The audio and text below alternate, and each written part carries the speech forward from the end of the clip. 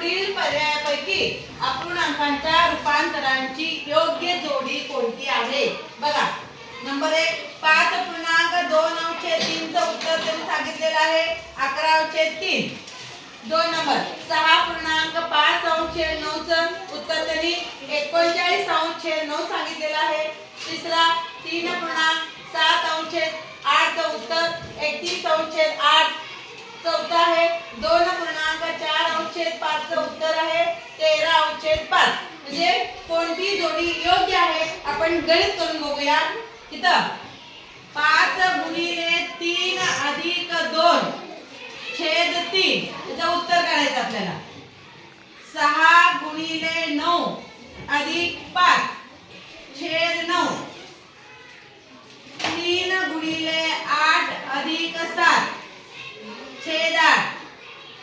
2 गुणिले 5 अधिक 4 छेद 5 याचं उत्तर काढूया. 5 × 15 16 17 17 अंश छेद 3 याचं उत्तर येणार आहे. 9 × 54 55 56 57 58 59 म्हणजे 59 अंश छेद 9 याचं उत्तर येणार आहे.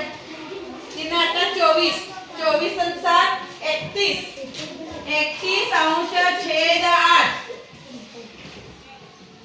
आता बघा 2 × 5 10 10 × 4 14 14 अंश छेद 5. त्यांनी सांगितलेलं उत्तर काय आहे? 5 आहे.